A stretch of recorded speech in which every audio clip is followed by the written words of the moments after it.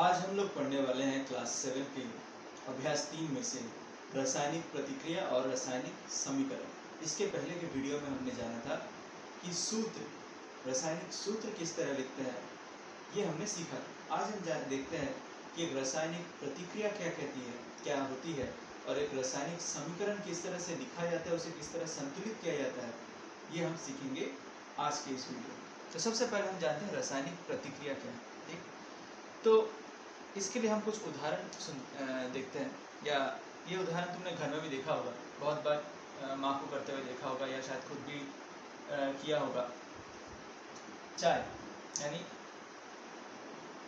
पानी और चाय की पत्ती। चाय बनाने के लिए तुमने क्या किया, सबसे पहले पानी लिया और उसमें पानी को गर्म करके चाय पत्ती डाली। पानी और चाय पत्ती इन दोनों को डालने से क्या हुआ, पानी का रंग बदल गया। एक काले रंग का चाय मिला जिसे हम लोग लीकर कहते हैं, ये भी बहुत लोग पीते हैं। देखना तुम्हारे पिताजी या दादा दादी लोग यही पीते हैं, पानी के साथ थोड़ा सा चाय पत्ती डालने से ही वो लोग पी लेते हैं। तो ये जो पानी के साथ चाय डाला, यहाँ पे क्या हुआ, ख्याल से देखो, पानी में चाय पत्ती डालने से पहले पानी का रंग क्या था? पानी का कोई रंग नहीं होता। ठीक, पानी का स्वाद कैसा था? नॉर्मल, उसमें कोई स्वाद भी नहीं होता। ठीक, चाय पत्ती क्या थी?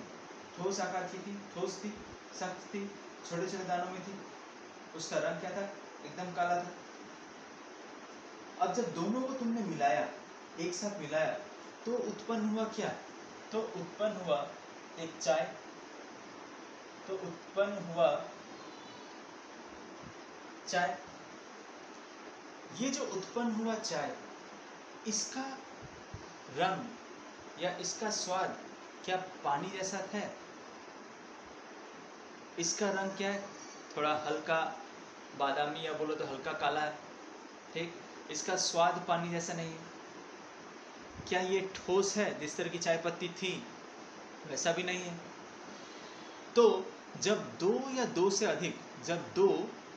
से ज़्यादा, अब इसके अंदर हम दूध मिलाएंगे, चीनी मिलाएंगे, दो या दो से अधिक चीज़ों को जब मिला के एक नया चीज़ की सृष्टि होती है, नए चीज़ की उत्पत्ति होती है। फिर से सुनो, जब दो या दो से अधिक तत्वों को मिला के जब एक नए तत्व की सृष्टि होती है, एक नया तत्व जब बनता है, और जो नया तत्व बनता है उसका गुण जो होता है, जिन तत्वों के वजह से ये बना है उससे एकदम अलग होता है। जो नया तत्व होगा उसका जो गुण होगा, जिन तत्वों के कारण वो बना है उससे वो अलग होता है। तो हम कहते हैं कि रासायनिक प्रतिक्रिया हुई है। समझ आया? तो यहाँ पे हम बोल सकते हैं कि रासायनिक प्रतिक्रिया हुई है, क्योंकि दो पदार्थ थे, पानी और चाय की पत्ती, ये दोनों मिलके क्या बनाए? लीकर चाय बनाए, जिसका गुण पानी से भी अलग था, जिसका गुण चाय की पत्ती से भी अलग था। क्लियर हुआ? तो यहाँ पे एक रासायनिक प्रतिक्रिया घटी है। ओके, सेम उदाहरण अगर मान लो हमारे घर में तुम्हारे पास एक चम्मच है। ठीक, एक चम्मच स्टील का है। ठीक, स्टील का एक स्पून है, चम्मच, स्टील का एक चम्मच है। इसके साथ तुम मान लो एक और चम्मच रखिए, मान लो स्टील का चम्मच रखिए। इन दोनों को तुमने साथ साथ रखा। ठीक, तो क्या इन दोनों को साथ साथ रखने से कुछ नया होगा? तो क्या ये दोनों चम्मच मिलकर एक नया चम्मच बना देंगे जिसका आकार, गुण एकदम अलग होगा? ऐसा नहीं होगा। क्या ऐसा होगा? ऐसा नहीं होगा। तो जब दो या दो से अधिक पदार्थ मिलके कोई नया पदार्थ नहीं बनाते हैं, जब दो या दो से अधिक पदार्थ मिलके कोई नया पदार्थ नहीं बनाते हैं, तब हम कहेंगे रासायनिक प्रतिक्रिया नहीं हुई। क्लियर हो? तब हम कहेंगे कि यहाँ पे कोई भी रासायनिक प्रतिक्रिया नहीं हुई। लेकिन रासायनिक प्रतिक्रिया कब होगी? जब दो या दो से अधिक पदार्थ मिलकर एक नए पदार्थ की सृष्टि करेंगे, उत्पत्ति करेंगे, जिसका गुण जिन पदार्थों के कारण वो बना है उससे अलग हो, तब हम कहेंगे कि रासायनिक प्रतिक्रिया घटी है। यहाँ तक से समझ आया? क्लियर हुआ कि रासायनिक प्रतिक्रिया क्या है। अब हम विज्ञान की, ये तो हमने घरेलू उदाहरण हमने देखे थे जो घर में हमें आसपास दिखते हैं। अब एक उदाहरण देखो, हाइड्रोजन और ऑक्सीजन। हाइड्रोजन और ऑक्सीजन, ये तुमने देखा होगा, ये दोनों मिलके क्या बनाते हैं, हाइड्रोजन और ऑक्सीजन मिलके बनाते हैं H2O। अब ये समीकरण संतुलित नहीं है, इसको संतुलित करना हम बाद में सीखेंगे। अभी के लिए सिर्फ इतना जानो कि हाइड्रोजन जो एक गैस है, ऑक्सीजन ये भी गैस है, ये दोनों मिलके तरल बना रहे हैं H2O जो तरल है। अब देखो इनके गुण से इसका गुण अलग है, पानी का गुण अलग है, हाइड्रोजन का गुण अलग है, ऑक्सीजन का गुण अलग है। यानी हाइड्रोजन और ऑक्सीजन के मिलने से, दो या दो से अधिक पदार्थों के मिलने से हमें पानी उत्पन्न हुआ, ठीक, H2O, और जिसका गुण जिनके वजह से वो बना है उससे अलग है, तब हम कहेंगे यहाँ रासायनिक प्रतिक्रिया हुई है, घटी है। क्लियर हुआ, समझ में आया। ठीक उसी प्रकार से तो रासायनिक प्रतिक्रिया क्या है कि हमने जाना कि जब दो या दो से अधिक पदार्थ मिलकर एक नए पदार्थ की सृष्टि करते हैं, उत्पत्ति करते हैं, तो रासायनिक प्रतिक्रिया बढ़ती है। तो जैसे हमने उदाहरण भी देखा था जहाँ पे हमने हाइड्रोजन और ऑक्सीजन को मिलाया और बना क्या, H2O बना।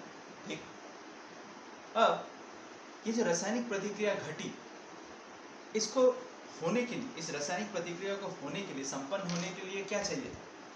इस रासायनिक प्रतिक्रिया को होने के लिए हमें हाइड्रोजन और ऑक्सीजन चाहिए।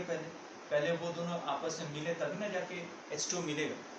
तो जिन तत्वों की वजह से रासायनिक प्रतिक्रिया हो रही है या जिनके कारण एक नया पदार्थ उत्पन्न होगा, उन्हें हम लोग बोलते हैं क्रिया कारक। इन्हें हम लोग बोलते हैं, क्या बोलते हैं, क्रिया कारक। यानी क्रिया कारक किसे बोलेंगे, जिन तत्वों की मदद से, यानी जिन एलिमेंट्स बोले, या जिन पदार्थों की मदद से या जिन पदार्थों के कारण एक रासायनिक प्रतिक्रिया शुरू होगी, यानी जिनकी वजह से एक रासायनिक प्रतिक्रिया शुरू होकर एक नया पदार्थ बनेगा, उन पदार्थों को या उन तत्वों को हम लोग बोलते हैं क्रिया कारक। क्लियर। और क्रिया कारक यानी जिन पदार्थों की वजह से रासायनिक प्रतिक्रिया होगी, इनके रासायनिक प्रतिक्रिया होने के बाद जो नया तत्व उत्पन्न होगा, जिसका गुण क्रिया कारक से अलग होगा, जो नया तत्व उत्पन्न होगा उसे हम लोग बोलते हैं प्रतिफल। उसे हम लोग बोलते हैं क्या, प्रतिफल। क्लियर, समझ में आया। यानी जिनकी वजह से रासायनिक प्रतिक्रिया होगी उन्हें क्रिया कारक बोलेंगे, और रासायनिक प्रतिक्रिया होने के बाद जो नया पदार्थ बनेगा उसे हम लोग बोलते हैं प्रतिफल। समझ में आया। प्रतिक्रिया हम देख रहे हैं, यहाँ पे है क्या, हाइड्रोजन, यहाँ है hydrogen plus oxygen equal to water. ये है। हम चाहते तो ऐसे भी लिख सकते थे कि हाइड्रोजन प्लस ऑक्सीजन मिलके वाटर बना रहे हैं, लेकिन ऐसे अगर लिखते तो हमें नहीं मालूम होता हाइड्रोजन के कितने परमाणु मिलके, ऑक्सीजन के कितने परमाणु मिलके वाटर के कितने अणु बना रहे हैं या परमाणु बना रहे हैं, ये हमें मालूम नहीं चलता। या ये लिखने में भी हमें देखो कितनी असुविधा होगी, हमें पूरा हाइड्रोजन लिखना होगा, फिर ऑक्सीजन लिखना होगा, फिर हमें वाटर लिखना होगा, पूरा शब्दों में इसे लिखना होगा। ये ना लिख के, ऐसे ना लिख के हम आसानी से संकेतों की मदद से लिख सकते हैं, जो कि हमने यहाँ लिखा है, हाइड्रोजन को हमने H2 लिखा है, ऑक्सीजन को O2 लिखा है, वाटर को H2 लिखा है। आसानी से संकेत, देखो संकेत लिखने से कितना छोटा भी हो गया, और जो हम बोल रहे हैं इतना बड़ा हाइड्रोजन प्लस ऑक्सीजन, ये हम आसानी से संकेतों की मदद से भी समझा सकते हैं। क्लियर हुआ। तो जब हम किसी भी रासायनिक प्रतिक्रिया को, जब भी हम किसी रासायनिक प्रतिक्रिया को संकेतों के रूप में लिखते हैं, जहाँ क्रिया कारक और प्रतिफल भाग होता है, तो वो रासायनिक प्रतिक्रिया हम कहते हैं उसे रासायनिक समीकरण। यानी ये जो हमने लिखा, ये है असल में क्या, ये है एक रासायनिक समीकरण। ये है क्या, एक रासायनिक समीकरण। यानी रासायनिक समीकरण के देखो दो हिस्से हुए, एक क्रिया कारक वाला हिस्सा, एक प्रतिफल वाला हिस्सा।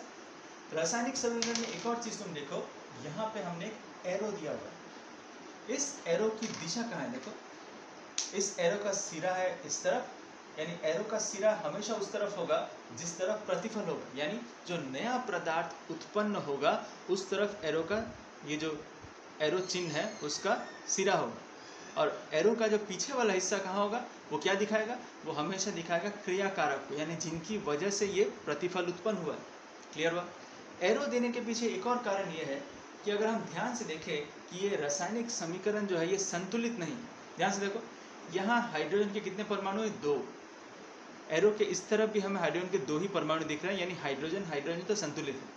ठीक, यहाँ ऑक्सीजन के कितने परमाणु हैं, 2, लेकिन यहाँ कितने हैं, यहाँ सिर्फ 1 है, यानी यहाँ पे ज़्यादा और यहाँ पे कम है, यानी ये संतुलित नहीं है।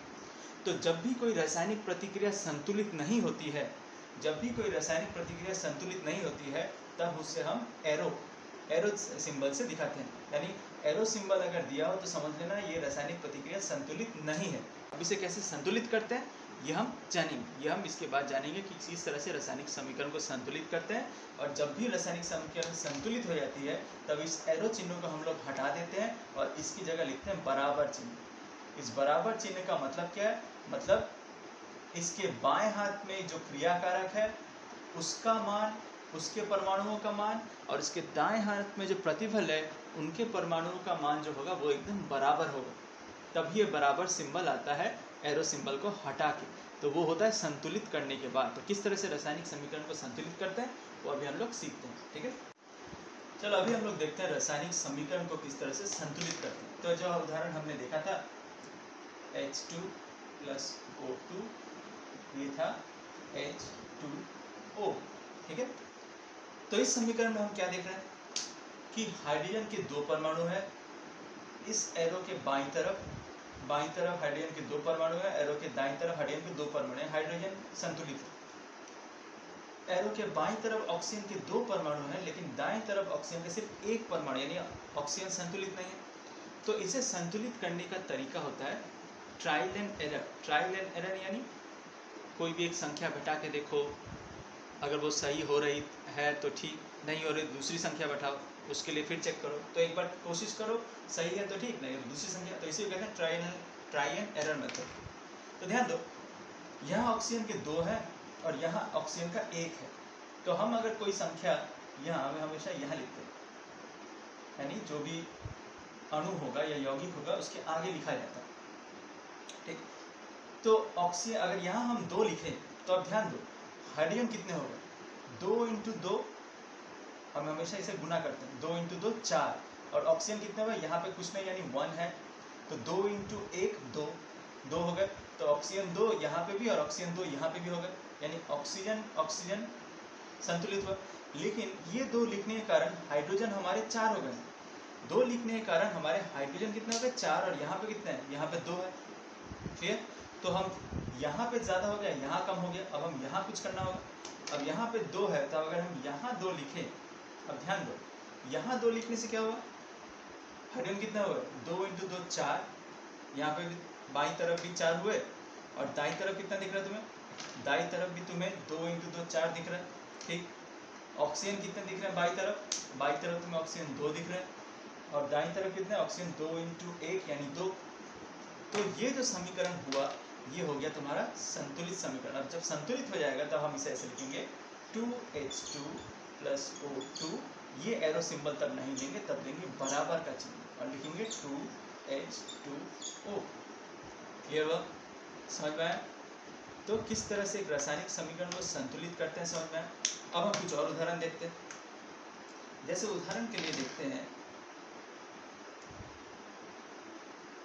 HgO, mercuric oxide. ये समीकरण देखो Hg और ऑक्सीजन से मिलकर बना। अब क्या ये समीकरण संतुलित है, तो ये तो समीकरण देख के समझ में आ रहा है संतुलित नहीं, क्योंकि यहाँ पे एरो सिंबल है। अब देखो एरो सिंबल अगर है तो उसके बाईं तरफ और दाईं तरफ क्या असमानता है, Hg, ये मरकरी का सूत्र है यानी सिंबल है। Hg जो है, Hg का एक ही परमाणु यहाँ पे भी है बाईं तरफ और दाईं तरफ भी 1 है, चलो ठीक है। ऑक्सीजन का देखो यहाँ पे 1 परमाणु है बाईं तरफ और दाईं तरफ 2 है, यानी यहाँ ज़्यादा है और यहाँ कम है।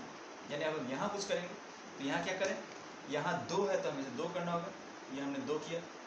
ये 2 करने से क्या हुआ, ध्यान से देखो, 2 करने से ऑक्सीजन तो 2 हुआ, 2 × 1, यहाँ कुछ नहीं यानी 1 है, तो 2 × 1 ऑक्सीजन 2 बाईं तरफ भी हुए ऑक्सीजन 2 दाई तरफ भी 2, लेकिन यहाँ मरकरी देखो Hg 2 हो गए, 2 into 1, यहाँ पे भी Hg के नीचे कुछ नहीं यानी 1 है, तो 2 into 1 2, तो मरकरी Hg भी 2 हुए लेकिन यहाँ पे 1 है, तो इसके यानी यहाँ ज़्यादा यहाँ कम, यानी मुझे यहाँ कुछ करना होगा, यहाँ क्या करेंगे 2 यहाँ ज़्यादा तो हम यहाँ 2 कर देते हैं। तो अब ध्यान से देखो, अब मरकरी कितना होगा, अब मरकरी बाईं तरफ भी 2 दाईं तरफ भी 2, ऑक्सीजन बाईं तरफ भी 2 और दाईं तरफ भी 2, यानी ये समीकरण अब हो गया संतुलित। और अगर संतुलित हो गया तो हम क्या करेंगे, ये हम हटा देंगे, यानी लिखेंगे 2HgO बराबर 2Hg प्लस O2, ये हो गया तुम्हारा संतुलित समीकरण। क्लियर हुआ, समझ में आया? अब इन दोनों समीकरणों को ध्यान से देखो, Fe2O3 प्लस C, समीकरण एरो देके Fe प्लस CO। अब ये समीकरण संतुलित नहीं है, पहले चेक कर लेते हैं कि नहीं। समीकरण की बाईं तरफ, इस एरो के बाईं तरफ देखो Fe यानी आयरन के 2 अणु हैं, 2 परमाणु हैं, यहाँ पे आयरन का एक ही परमाणु है, ऑक्सीजन के 3 परमाणु है और वहाँ पे ऑक्सीजन का सिर्फ 1 परमाणु है, कार्बन का 1 परमाणु है, कार्बन का 1 परमाणु, यानी कार्बन संतुलित दिख रहा है, लेकिन ऑक्सीजन भी संतुलित नहीं है और आयरन भी संतुलित नहीं है। तो सबसे पहले आयरन पे ध्यान दें, तो यहाँ आयरन के 2 परमाणु हैं, यहाँ आयरन का 1 है, यानी यहाँ ज़्यादा और यहाँ कम है, यानी यहाँ कुछ करेंगे, यहाँ पे 1 है और यहाँ 2 है, तो हम क्या करेंगे, यहाँ पे 2 से गुना कर देंगे। तो 2 से गुना करने से देखो आयरन कितना हुआ, आयरन हो गया 2, आयरन हो गया 2, यानी बाईं तरफ भी 2 और दाईं तरफ भी 2, तो आयरन तो संतुलित हुआ। ऑक्सीजन के यहाँ 3 परमाणु हैं और ऑक्सीजन का वहाँ पे 1 है, यानी यहाँ ज़्यादा है वहाँ कम है, वहाँ कम है तो हमें क्या करना होगा, हम यहाँ 3 कर देते हैं। यहाँ 3 करने से क्या हुआ, ध्यान से देखो, ऑक्सीजन बाईं तरफ 3 हुआ, दाईं तरफ भी यहाँ पे कुछ नहीं है, 1 है, यानी 3 into 1 3, यानी ऑक्सीजन यहाँ पे भी 3 हो गए, ठीक।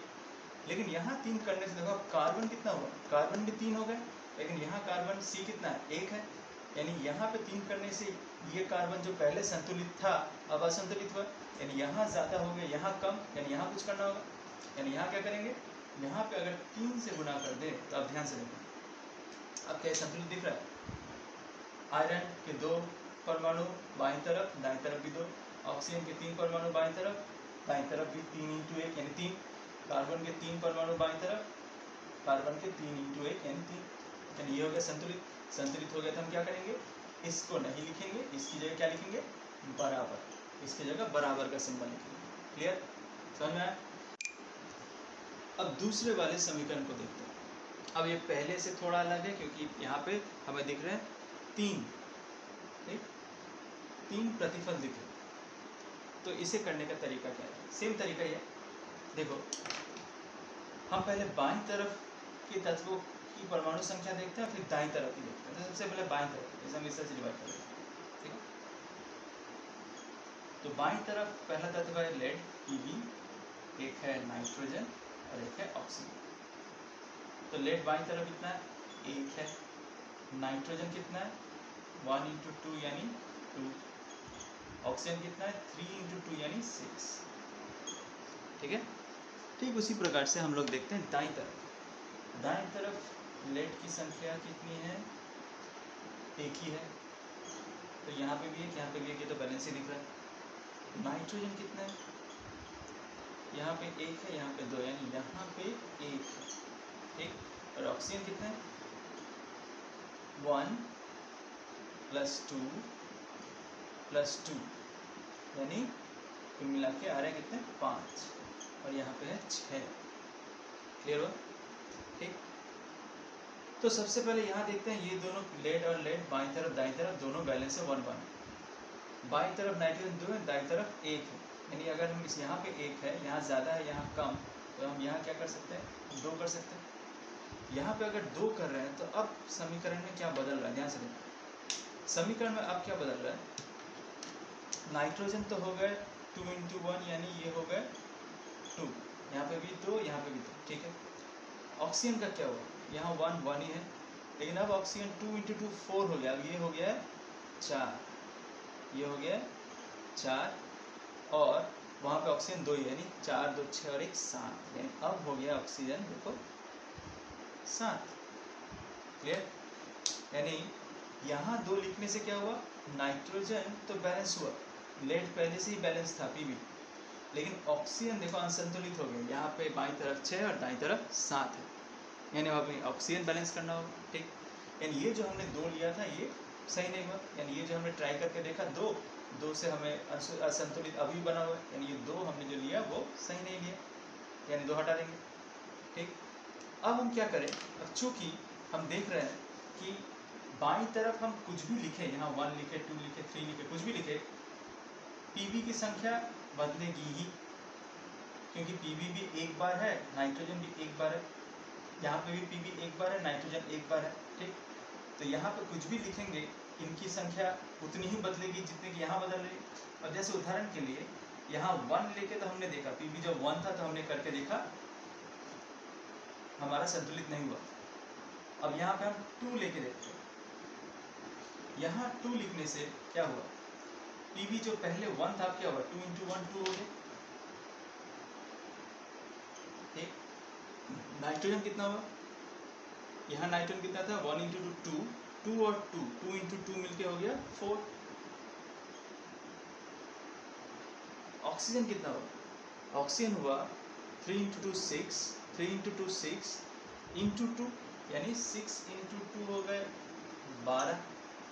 ठीक, अब देखते हैं दाईं तरफ, यहाँ पे अगर हमने लेड को 2 लिखा है तब हमें इसको बैलेंस करने के लिए यहाँ हमें 2 लिखना ही होगा। यहाँ अगर 2 लिखा है तो यहाँ पे भी लेड को बैलेंस, देखो यहाँ पे 2 है तो यहाँ लेड को बैलेंस करने के लिए हमें 2 लिखना होगा। तो अब लेड हो गया देखो कितना, 1 × 2 यानी 2। ऑक्सीजन कितना, पहले 1 था लेकिन अब हो गया 2, यानी ऑक्सीजन जो पहले 1 था अब ये 1 क्या हो गया 2, इस 1 की जगह कौन आ गया, 2 आ गया। क्लियर, इसको हम मिटाई देते हैं, इसको नहीं से लिखते हैं। ऑक्सीजन अब कितना हो गया 2। नाइट्रोजन ध्यान दो, नाइट्रोजन यहाँ कितना हुआ, हमने देखा 4 हो गया, 2 × 2 4, और यहाँ नाइट्रोजन कितना है 1 है, यानी यहाँ हमें 4 लिखना होगा। यहाँ 4 लिखने से क्या हो जाएगा, देखो अब ये 1 × 4 होगा, अब ये क्या हो जाएगा 1 × 4 4। तो यहाँ बाईं तरफ लेड और नाइट्रोजन और दाईं तरफ लेड और नाइट्रोजन दोनों बैलेंस हो गए। अब देखते हैं 12 इधर ऑक्सीजन है तो क्या उधर भी 12 होगा कि नहीं।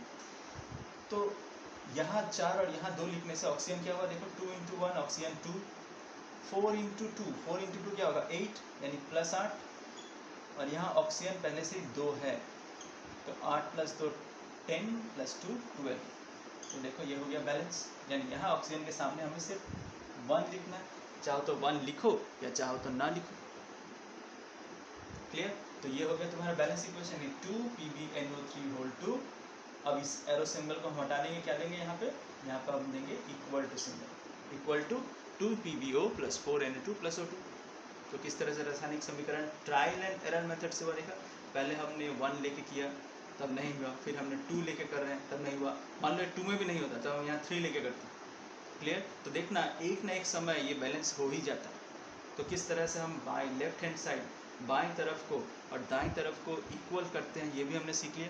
क्लियर, अभी हम लोग पढ़ेंगे रासायनिक प्रतिक्रिया के भेद, यानी रासायनिक प्रतिक्रिया को 4 अलग अलग भागों में हम लोग विभाजित कर सकते हैं। हर रासायनिक प्रतिक्रिया दूसरे से अलग हो सकती है और उनका अलग अलग नाम होता है। तो क्या क्या नाम है देखो, सबसे पहला सीधा संयोग प्रतिक्रिया, दूसरा है विघटन प्रतिक्रिया, तीसरा है प्रतिस्थापन प्रक्रिया और चौथा है द्विविघटन प्रतिक्रिया। तो इन 4 प्रतिक्रियाओं में इनका क्या मतलब है या इनके क्या उदाहरण है हम लोग एक एक करके सीखते हैं। तो सबसे पहले हम जानते हैं सीधा संयोग प्रतिक्रिया किसे कहते हैं। ठीक है, तो सबसे पहले सीधा संयोग प्रतिक्रिया, इसके कुछ उदाहरण हम देखते हैं। देखो H2 + O2 मिलके 2H2 बना रहे हैं, N2 + 3H2 मिलके 2NH3 बना रहे हैं, C + O2 मिलके CO2 बना रहे हैं। तो इनमें कुछ खास बात दिख रही है तुम्हें क्रिया कारक और प्रतिफल में। देखो ध्यान से देखो, क्रिया कारक जो है यानी बराबर के बाईं तरफ वाले जो है तत्व जो है वो सारे के सारे मौलिक तत्व हैं, hydrogen, oxygen, nitrogen, hydrogen, carbon, oxygen, सारे के सारे मौलिक तत्व यानी कोई यौगिक नहीं। और जो दाईं तरफ है वो सारे के सारे क्या, क्रिया कारक के मिलने से ही उत्पन्न एक यौगिक है। यानी H और O मिलके H2O बना रहे हैं, N और H मिलके NH3 बना रहे हैं, C और O मिलके CO2 बना रहे हैं। यानी क्रिया कारक के मिलने से ही उत्पन्न यौगिक है, और यौगिक की संख्या भी कितनी है, यानी सिर्फ एक ही यौगिक बना है। हालांकि यहाँ दो अणु बने हैं, यहाँ पे 2 अणु अमोनिया के बने हैं, लेकिन यौगिक की संख्या कितनी, यानी H2 के साथ प्लस करके और तो कुछ नहीं है, NH3 के साथ प्लस करके और कुछ नहीं है, CO2 के साथ प्लस करके और कुछ नहीं है। यानी दो क्रियाकारक मिल के जब एक ही सिर्फ एक यौगिक का निर्माण कर रहे हैं, तब हम कहेंगे उसे एक सीधा संयोग प्रतिक्रिया। और ध्यान से देखो, यहाँ पे जितने भी क्रियाकारक है सारे के सारे मौलिक तत्व ही हैं। क्लियर, समझ में? तो सीधा संयोग प्रतिक्रिया किसे कहा है, समझ में? यानी जब क्रियाकारक मिल के एक ही यौगिक यानी एक ही प्रतिफल का निर्माण करेंगे, तब उसे हम कहेंगे सीधा संयोग प्रतिक्रिया। क्लियर, समझ में? अब देखते हैं दूसरा वाला। तो दूसरा भेद जो देखो रासायनिक प्रतिक्रिया का, वो क्या है, विघटन प्रक्रिया। अब उसके उदाहरण हमने 2 उदाहरण दिए होते। अब इन उदाहरणों को देखो, और इसके पहले जो हमने सीधा संयोग प्रतिक्रिया के जो उदाहरण लिखे थे उनको थोड़ा याद करो या देखो, तो हमें कुछ असमानता दिख रही है। सीधा संयोग में हमने देखा था कि बराबर के बाईं तरफ यानी क्रियाकारक जो पदार्थ थे वहाँ 2 थे, और बराबर के दाईं तरफ 1 था। लेकिन यहाँ देखो विघटन प्रक्रिया में बराबर की बाईं तरफ 1 यौगिक है और दाईं तरफ 2 है।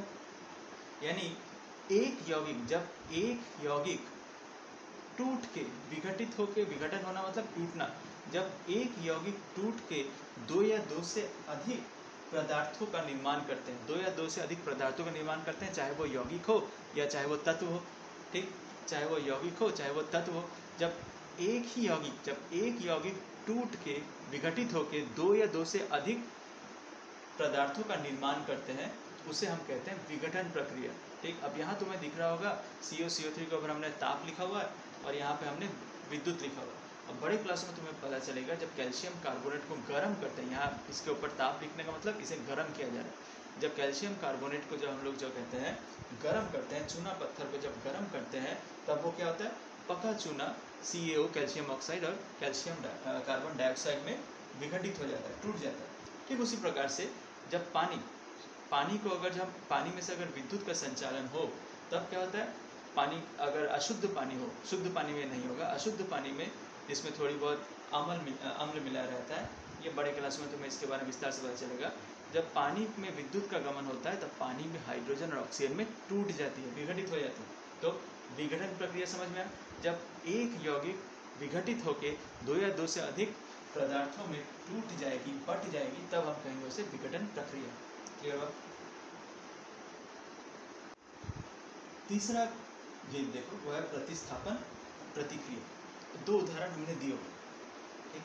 अब दोनों उदाहरणों को ध्यान से देखो। पहले इस वाले उदाहरण को देखो, Fe + CuSO4 आयरन के साथ कॉपर सल्फेट को रासायनिक प्रतिक्रिया करेंगे तो बनेगा फेरस सल्फेट FeSO4 + कॉपर।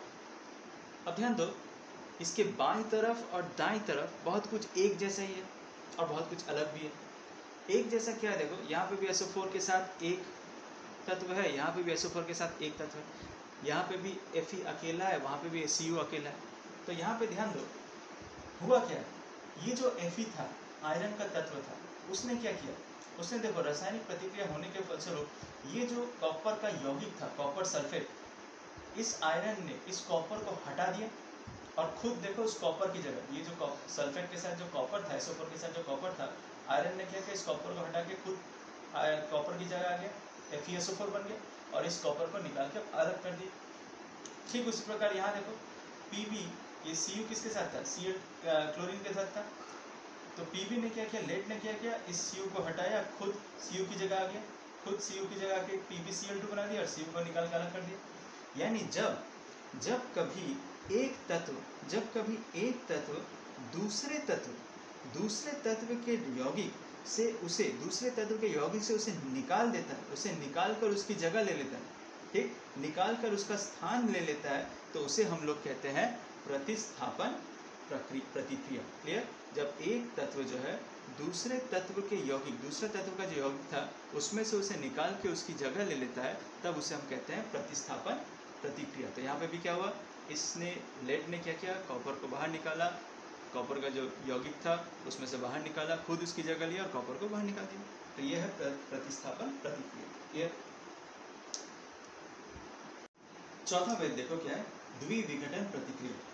द्वि नाम से समझ में आएगा दो, विघटन यानी टूटना, यानी दो, द्विविघटन यानी ऐसा कोई रासायनिक प्रतिक्रिया जहाँ पे कोई दो चीज टूट रही है। अब ध्यान दो, ये जो हमने उदाहरण दी NaCl प्लस AgNO3, ये बन गया AgCl प्लस NaNO3। तो यहाँ पे भी तुम्हें कुछ समानता मिलेगी, कुछ असमानता मिलेगी। देखो Na के साथ Cl था और Ag के साथ NO3 था। Cl Ag के साथ चला गया, NO3 Na के पास आ गया, यानी यहाँ पे जो Cl के आयन और NO3 के आयन जो थे उन लोगों ने अपना स्थान बदल लिया। ठीक, Cl के जो आयन थे, Cl के माइनस आयन और NO3 का एक माइनस आयन, उन दोनों ने अपना अपना स्थान बदला, यानी Cl चला गया यहाँ और NO3 आ गया यहाँ। देखो AgCl NaNO3, यानी यहाँ पे दो तत्व है जिन्होंने अपना स्थान बदला, इसलिए इसे द्विविघटन प्रतिक्रिया कहते हैं। क्लियर। यहाँ पे देखो FeSO4 और BaCl2, देखो SO4 चला जाएगा Ba के साथ और Cl2 आ जाएगा Fe के साथ। देखो FeCl2 BaSO4। क्लियर, यानी यहाँ पे भी दो तत्व ऐसे हैं जिन्होंने अपना स्थान बदला है, तो इसीलिए इसे हम कहेंगे द्विविघटन प्रतिक्रिया। क्लियर, समझ में आया?